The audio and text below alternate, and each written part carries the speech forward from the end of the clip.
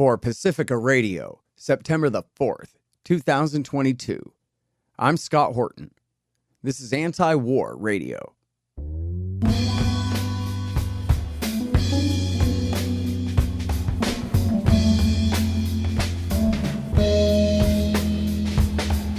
All right, y'all, welcome to the show. It is Antiwar Radio. I'm your host, Scott Horton. I'm the editorial director of Antiwar.com and the editor of the new book, Hotter Than the Sun, Time to Abolish Nuclear Weapons. You can find my full interview archive, more than 5,700 of them now, going back to 2003, at scotthorton.org, at youtube.com/Scott Horton Show, and all your favorite podcatchers and things. And you can follow me on Twitter, at Scott Horton Show. Introducing our friend Hassan El-Tayyab from the Friends Committee on National Legislation. That's, of course, the Quaker group, FCNL.org, the great peace activists in Washington, D.C. Welcome back, Hassan. How are you doing, my friend? Thanks for having me, Scott. Really appreciate it. Great. Happy to have you back on the show here, Hassan. And we have such important business to talk about here. This show's airing on September the 2nd, which means that this coming week, the Senate comes back from their summer break, and next week the House comes back from theirs, and we have some extremely important business for this audience to help us to participate in and to get down to once Congress gets back on the issue, the all-important issue of the war in Yemen. So, look, of course, we always oppose the thing and cover the thing, but now we have a real advantage to press. So first of all, Hassan, can you please give us a very quick but deep background on the war in Yemen, and then we'll get to what we all are doing about it now. Well, again, thank you so much for having me on to chat about this. Quickly, Yemen's political instability began after the 2011 Arab Spring uprising that ousted President Ali Abdullah Saleh, who had been in power with U.S. backing and military support since 1990. Then Vice President Hadi became Yemen's interim president for a temporary term, and they were going to move to a more representative form of government with regular elections. Unfortunately, that date kept getting pushed back, and Yemeni frustration with corruption, unemployment, rising fuel prices, and a whole bunch of other issues. The Houthis took over Sana'a and put Hadi under house arrest, and with the goal of restoring Hadi to power, Saudi joined forces with the UAE, and it was backed by the U.S., UK, France, Canada, and started what we now refer to as the Yemen War. And unfortunately, that this conflict has created the world's worst humanitarian crisis, in large part fueled and funded by U.S. weaponry. Right. Now, one thing we got to get out of the way here, it's so important. Well, two major things. First of all, so that everyone understands, this is not the war against Al-Qaeda in the Arabian Peninsula that bombed the Cole, that tried to blow up the plane over Detroit on Christmas Day 2009, that helped coordinate the September 11th attack. This is a whole different war than that. Is that right, Hassan? That's right. Yeah, this is the Houthis have been called by people like Chairman Adam Smith in Washington as an oppressed indigenous minority in Yemen. They were trying to get, when they were doing this national dialogue, they were trying to get some representation. Their movement largely formed to oppose Wahhabism. That's this really intolerant ideology at the heart of, Al-Qaeda. And what they stand for, this really intolerant version of Sunni Islam, if you even want to call it Islam. Many have called it just an ideology. And, so one of their mandates was actually trying to oppose Saudi Arabia from setting up madrasas and spreading this really intolerant version of Sunni Islam in Yemen. And it's really important, too, and people can look this up from the Wall Street Journal and from Al Monitor. In January of 2015, that's your keywords right there, Wall Street Journal and Al Monitor, January 2015, CENTCOM, our current Secretary of Defense, Lloyd Austin, was then a four-star general, the head of Central Command, and he was passing the Houthis intelligence to use against Al-Qaeda. And it was just and I'm not saying that's great, but it is what it is. 2 months later, Barack Obama and Lloyd Austin turned around, stabbed the Houthis in the back, and took al-Qaeda's side against them. And America's been flying, as the Yemen expert, no relation to me, but same name, Michael Horton from the Jamestown Foundation, said then in March of 2015, we are now flying as al-Qaeda's Air Force in Yemen. And that's the same war we've been fighting for now 7.5 years. Yeah, I mean, it is, obviously tragic. FCNL, we're Quaker lobby in the public interest. We also oppose the war on terror. That's that we fear really exacerbates, recruitment of terrorism. It also creates, a horrendous humanitarian situation.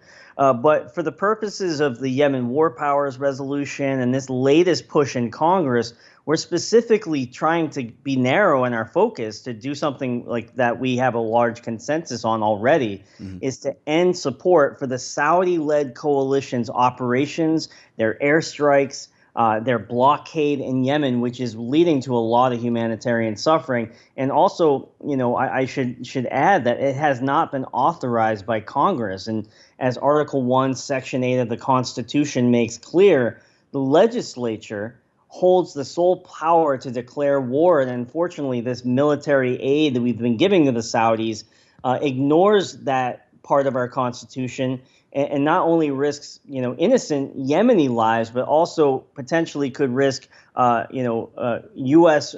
service members that could get dragged into an escalatory situation in Yemen. Mm-hmm. Yeah, and in fact, really, that's one way to put it would be that, this is a moderate compromise position to end this war. If we can't end the war on terrorism, can we at least end the war for terrorism, where we're fighting directly or very closely indirectly, but just 1 degree away from fighting on the side of bin Laden's men, like it's been in Libya, Syria, and Yemen for this past decade? Enough of this. And opposing the war against AQAP is also hugely important and will be our next mission after we switch sides in the war again. But this war, and this is the real point, never even mind the treason for al-Qaeda, a.k.a. now the Giants Brigade, under the protection of our allies, the United Arab Emirates. But talk about that humanitarian situation that you mentioned there, because people just don't know this. New York Times showed some pictures one time in their weekend magazine years ago. The major media will not cover the humanitarian consequences of this war, but they're as bad as anything that's happened in our era.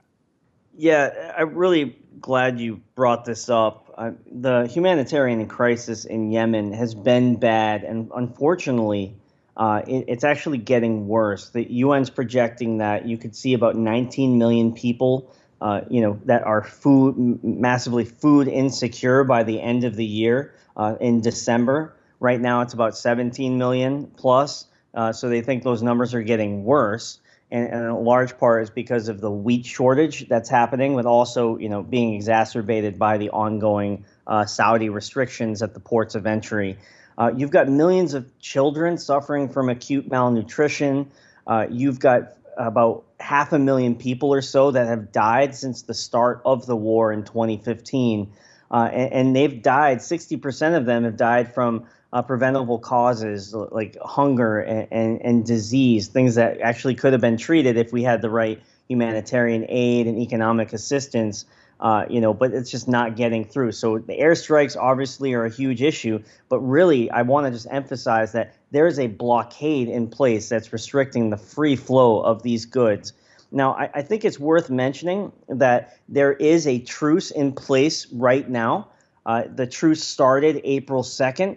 Again, I put truce in air quotes because there are still serious violations happening. But, there has been some progress. But the deadline to extend the truce actually expires October 2nd. So that's fast approaching. And, despite its flaws, this is the first nationwide ceasefire that's lasted any length of time that has brought any relative hope to the people of Yemen. The basic terms of the agreement were that they would stop offensive military operations, they meaning the Saudis and the Houthis. So the Saudis would stop their airstrikes, the Houthis would stop their cross-border attacks into the UAE and Saudi. That's actually happened. the Saudis have agreed to allow fuel ships into the ports of Hodeidah. So that's been happening, although still woefully inadequate to meet the humanitarian needs. They agreed to, a certain number of ships per week. A lot of those ships are getting held in the coalition holding area and delayed, so that's inflating prices. But really, Yemen needs about 500,000 metric tons of fuel just to meet basic needs through this Red Sea port to sustain, 70 or 80% of the population under Houthi control right now in the north of the country. Only about 40% of those needs are actually getting in. Granted, it's more than before the truce, but that's why you still see these ballooning humanitarian figures where people are still starving to death in Yemen because of the blockade. Last thing I'll mention on last two things I should say on the truce is that the Saudis agreed to also open up Sana'a Airport for emergency and commercial traffic. There had been no flights before that. They agreed to do 2 flights to Jordan and Cairo. The flights to Jordan are getting through. We've seen about 37 or so flights so far since April, but almost none to Cairo. So that's another major issue. Last thing I'll mention is that there's real, discord and a lack of resolution of opening up certain roads in Taz in this governorate in the southern part of the country. The Saudis want access to these roads. The Houthis say, we'll get your militias out, and then we'll talk about opening up the roads. So that remains another point of contention that's worsening the humanitarian crisis. All right, so it's Antiwar Radio. I'm talking with Hassan El-Tayyab from the Friends Committee on National Legislation, FCNL in D.C., and we're talking about the war in Yemen, and I think we've covered premise 1, the war is really bad. It's treason and genocide, right? Step 2, though, is we have this ceasefire and a real potential to end the war here. We're in month 4 of a 2-month ceasefire, everybody. That's huge, right? As Hassan just described, it ain't perfect, but it is substantial, okay? And then, but here is the real thing, the most important point for everyone listening this morning, and that is that we have war powers resolutions, active ones. Yeah, the same one that they passed over Nixon's veto in 1973, the War Powers Act, which you've heard of your whole life, which Congress never used against anyone until 2018 against Trump on this issue. The House did. And in 19, the House and the Senate passed it, and Trump vetoed it at Raytheon's behest. That's according to the New York Times, but it was a credible article. And he vetoed it, and the war continued. And that was a world historical event. Well, that's happening again right now. And we have active war powers resolutions in the Congress right at the time that we have this ceasefire in this horrible war. And Congress is on summer break now, but they're just coming back. Next week, it's the Senate gets back first on the 6th, this coming week. And then the House gets back on the 11th, the week after that.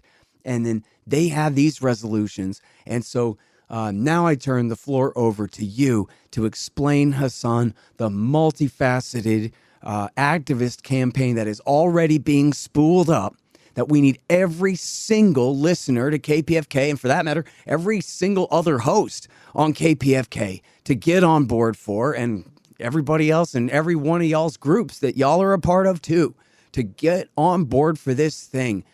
To make an issue out of something that we don't have a single champion on TV, right? There's no cable TV news host that's made this their issue, not one. There's no newspaper that highlights this constantly. This is all alternative media and alternative politics, but it's been so effective already in the past, and we can do it again. And so, Hassan, the floor is yours, sir, to tell people how they can get involved in this thing and really help make a difference on the war in Yemen.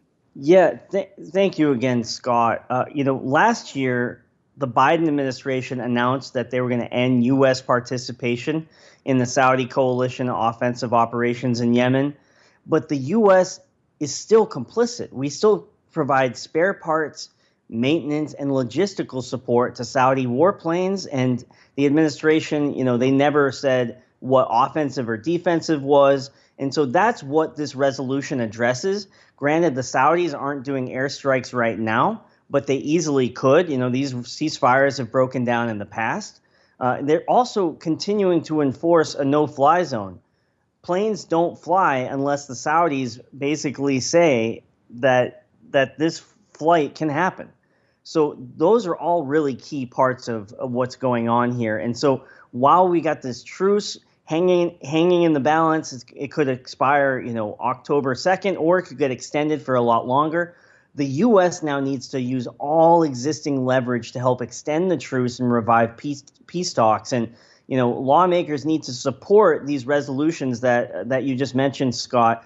We've got Rep. Mace, Rep. Jayapal, Rep. Schiff. A lot of your folks listening might recognize him because he's their representative in L.A. And Rep. DeFazio. They have a House resolution, HJ Res 87. Senator Sanders, they've got a resolution over there co-sponsored by about 8 people right now, including Warren, Leahy, Peters, Durbin, Wyden, and others. And that's SJ Res 56. And by making clear that the U.S. won't resume military support to Riyadh or its partners in Yemen, Congress can actually keep pressure on these parties to prevent the peace process from getting derailed. And that's also going to send a message to Biden that he's got to keep his promise to end blind support for a regime in Saudi intent on cracking down on dissidents at home and destroying Yemen. In Biden's own words, he said to end the sale of material to Saudis where they're going in and murdering children in Yemen. So if folks do want to get active and get involved, I would welcome that. If you're in California, we need Senators Feinstein and Padilla to get on this resolution. We need all your House members on board. We set up a number, 1-833-STOP-WAR, where it connects you right to the Capitol switchboard and gives you a short prompt to say. So again, 1-833-STOP-WAR. It's a great way to let get your voice heard and help us wind this conflict down. Yeah. Hey, y'all, Scott here. Let me tell you about Roberts & Roberts Brokerage, Inc. Who knew? Artificial bank credit expansion leads to price inflation and terribly distorted markets. If you've got any savings left at all, you need to protect them. You need to put some, at least, into precious metals. Well, Roberts & Roberts can set you up with the best deals on silver, gold, platinum, and palladium, and they've been doing this since 1977. Hey, if you just need some sound advice about sound money, they're there for you, too. Call Tim Fry and the guys at 800-874-9760. That's 800-874-9760, or check them out at rrbi.co. That's rrbi.co. You'll be glad you did. At the Libertarian Institute, we publish books, real good ones. So far, we've got Will Grigg's No Quarter, Sheldon Richman's Coming to Palestine and What Social Animals Owe to Each Other, and 4 of mine, Fool's Errand, Enough Already, The Great Ron Paul, and my brand new one, Hotter Than the Sun, Time to Abolish Nuclear Weapons. And I'm happy to announce that we've just published our managing editor Keith Knight's first one, The Voluntarist Handbook, an excellent collection of essays by the world's greatest libertarian thinkers and writers, including me. Check them all out at libertarianinstitute.org/books. And for a limited time, signed copies of Enough Already and Hotter Than the Sun are available at scotthorton.org/books. All right, so again, everybody, it's really easy, right? Just think, it ain't 888 and it ain't 866. It's 833-STOP-WAR. And it's great. It's a nonpartisan progressive group called Demand Progress that hosts it.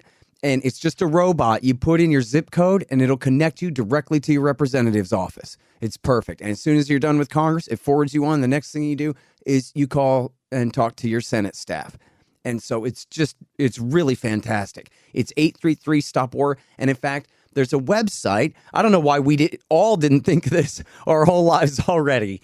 The website is 1-833-STOP-WAR.com. 1-833-STOP-WAR.com. And they have a little script for you to read. And hopefully that's going to get updated here soon with a little bit more information for people to use. Again, the Senate comes back first on the 6th. And the House on the 11th. So that's time for everybody to get ready, for everybody to talk with all the other groups that they're members of and their friend that they know who's a member of this other group that has some people in it and some things, and maybe especially with some influence. So we can all get ready. Let's, all get loaded for bear so that when they come back, we really hit them hard with this massive phone call and email campaign that just sweeps them off their feet, right? That blows them away, where they just say, wow, where all the staffers have to say to their congressman and their senator, boy, are we getting a lot of calls about this Yemen thing. We better get out ahead of the parade on this and just give them no choice. Now, let me ask you something here. What can people do if they live in L.A. and Congressman Schiff is already great on this? Then what's their job? Other than, obviously, they got to focus on California senators. And obviously, they can call Schiff's office and thank him for leading on this. That's one thing. But what else can they do? Yeah, I mean, there are plenty of other members. One thing I wanted to say is we do have a lot of momentum here. We've got 114 representatives in the House right now that are on this bill. In co-sponsors, we already have over half of what we need to even pass this thing. So this is really great. And that's it's amazing. A testament. Yeah, so it's a testament to a lot of folks coming out of the woodwork here and letting their representatives and senators know that this matters. I would say California, if your rep is not on the bill, please get them on, get your senators on board. So if Schiff is already co-sponsored, definitely send a thank you note. I think that's really helpful. That's knowing that you have his back is going to help him, I think, be better because, there's a lot more that needs to happen here. We need to, get this on the floor in a good period of time. We also need to, make sure that we're leveraging the support to get, Padilla and Feinstein on board as well. So I would say thank you and then really focus on the Senate for sure. Yeah. Well, and so talk about last time. I mean, I know you learned so much working with all these groups on pushing this thing through successfully in 2009, unfortunately against an absolutely obstinate president at that time. However, you got the House and the Senate to pass this, and that took, everybody knows about all this controversy over the filibuster and everything. Got enough Republicans on the margin to support this thing in the Senate to actually pass it while a Republican was president. Yeah. Essentially overriding his foreign policy or attempting to. That's huge. So how did you do it? What did you learn that people need to understand about how successful activism really can be on stuff like this? Yeah. Thank you for bringing that up. I did want to make sure we covered it. So in 2019, Senators Sanders, Mike Lee, and Chris Murphy, they led this effort. And they actually made history by passing SJ Res 7, this war powers resolution to end all U.S. participation in the coalition's war in Yemen. That actually led to the Trump administration, even though he vetoed it, he still terminated mid-air refueling to Saudi warplanes because of this congressional pressure. The advocacy effort, it mobilized hundreds of thousands of people all over the country. And UAE sent their ambassador straight to Tehran to start warming things up, too. And it wasn't because of the president. It was because of the Senate. And they were saying, hey, if we're losing the U.S. Senate, we better start splitting our differences here. That passage actually pushed the UAE to draw down its military in Yemen. Oh, right. Uh-huh. Yeah. Well, they still have their Al-Qaeda mercenary forces, but they did pull out their regular troops. Yep. That's why I didn't say completely end their, their participation, but they pulled out their troops. They're still working through proxies, but the UAE they were really on, they really kind of tried to publicly distance themselves from this conflict. It led to the Hodeidah ceasefire. It led to a reduction in cross-border attacks by Saudis and the Houthis. I think we're not where we are today because of the truce. That was a huge piece of this, that all of this pressure that the bipartisan majorities in both chambers created to basically create a situation where Biden could not run without saying something about Yemen. It's not where we need to be, obviously, but this is unprecedented. No one thought this was even possible. And we are at it again to try to finalize this, seal the deal, shut the door on military aid to the Saudi coalition's war in Yemen. and finally, have one bright spot for peace and diplomacy on planet Earth right now. Yeah, I mean, this could be a huge win for the anti-war movement in America, and just a huge win for the American people over our establishment at this point. And I guess the presumption is here, Hassan, is this right, that it would just be much harder for Biden to veto it than it was for Trump, that he would essentially have to go along? Yeah, I think it would be much harder for the president to veto. But I'll just point to the fact that we didn't, President Trump vetoed it, but still ended critical components of military aid to the Saudi war in that mid-air, that mid-flight refueling. And so just by forcing the question, we're moving the ball in the right direction. So none of this is futile, even if we don't like pass this thing tomorrow. Just the buildup of pressure is really giving, I think, negotiators at the UN more leverage that they need to actually start addressing some of these concerns, like the blockade, which is, I think, a major obstruction to getting a longer-term peace deal. Right. And you know what? This is a point that I brought up in my rambling that is worth revisiting here. I think that we really don't have any major figures in America who are championing this, right? There's no billionaires. There's no major TV hosts. This is all alternative politics and alternative media that has already gotten this through both houses once. And really, it's a litmus test for an entire reordering and realignment of American politics in a lot of ways. Can we get the people who don't feel like they're in on power in D.C. to all work together on this thing, to end this worst thing our government is doing right now? Maybe we can. Yeah, I'm hopeful that if if more and more people just reach out. I mean, like you said, we did it before. That's the one of those things. You don't have many issues on the peace movement where you've already passed the bill. Now all we got to do is get it over the finish line one more time, and finally shut the door on U.S. aid to this horrible conflict. And let's be real. I don't think that this is going to magically bring a utopia in Yemen. Yemen's got a long road to peace and healing, but we have a ton of leverage to persuade Saudi and its proxies to extend this truce past this October deadline and hopefully get something 6 months to a year long, where we can actually start to see the economy come back to life. Right now it's on life support. And I really think it's time Congress and the administration use all of its leverage to end this war. Yeah, absolutely right. All right, you heard it, Los Angeles, and for everybody else listening to this in podcast form later, all around the country and everything else, where people are always asking, yeah, but what can we do? I mean, obviously, we're going to cover the war in Yemen no matter what. But here's really a thing that we can do. The most horrible war, but we got a ceasefire, and we have war powers resolutions, an advantage to press. And all you got to do is get with all your friends and all your family members and all your coworkers and all the groups that you're a part of and get everybody all doing this together at once. 833-STOP-WAR. And you can go to 1-833-STOP-WAR.com. They'll have some scripts for you there to read or to get some talking points from, to talk to your Congress people and your senators about this. And, the old adage about, oh, I'm going to call my congressman. It sounds foolish. What difference does it make if you call your congressman? But that's just completely wrong if we're all doing it together.